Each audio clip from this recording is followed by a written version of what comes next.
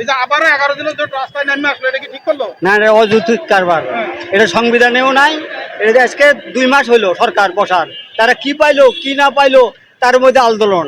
এটা একটা সামাজিকের মধ্যে না, এটা গণতান্ত্রিকের মধ্যে না, স্বাধীন বাংলাদেশের মধ্যে এরকম আন্দোলন করে না মানুষ। আপনি কি হা ভোট দিছিলেন না না ভোট দিছিলেন? হ্যাঁ, আপনি ভোটে হা দিছিলেন না না? আমি না ভোট দিছিলাম। আচ্ছা, এই যে গণভোটের যে পাস হয়েছে 70% মানুষ ভোট দিতে, এটা সরকার অনেক অংশ মানে নাই, তাহলে এই জন্য তারা আন্দোলন করতেছে, এটা সঠিক না নাকি?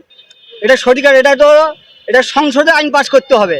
আগাও আপনারা আন্দোলন করিয়ে, এইসব আন্দোলন করিয়ে বাংলাদেশে কোনো সফলতা আসবেও না এবং আসছেও নয়। আসছে তো শেখ হাসিনা না পলাইলো? কেটা সে এ ভোটের অধিকারে সরকার আছে, তারেক রহমান ভোটের অধিকারে সরকার ক্ষমতায় যাচ্ছে তারা। আন্দোলন করে শেখ হাসিনা না না পলাইলো? না, ও পলাইছে, ও ফেসিবাদ ছিল।